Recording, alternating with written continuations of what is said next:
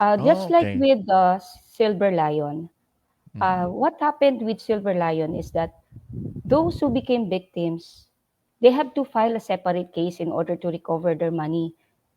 I mm. said a while ago, we cannot help them in the recovery of their money. They have to file an estapa case, A and we can separate build, case. we can help in the build-up case by providing the documents necessary Mm, as evidence that they are not, mm.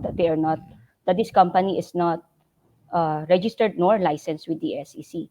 So they Separately, can, oh, yes. yeah, and separately, we can file ang SEC mismo bilang magpa-file sa company for the violation of the Securities and Regulation Code.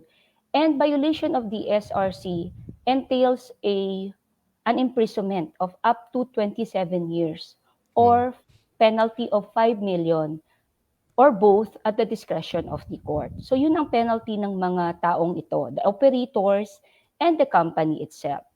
27 years or 5 million. And yung kaso Ouch. na yan is violation of the SRC and only the SEC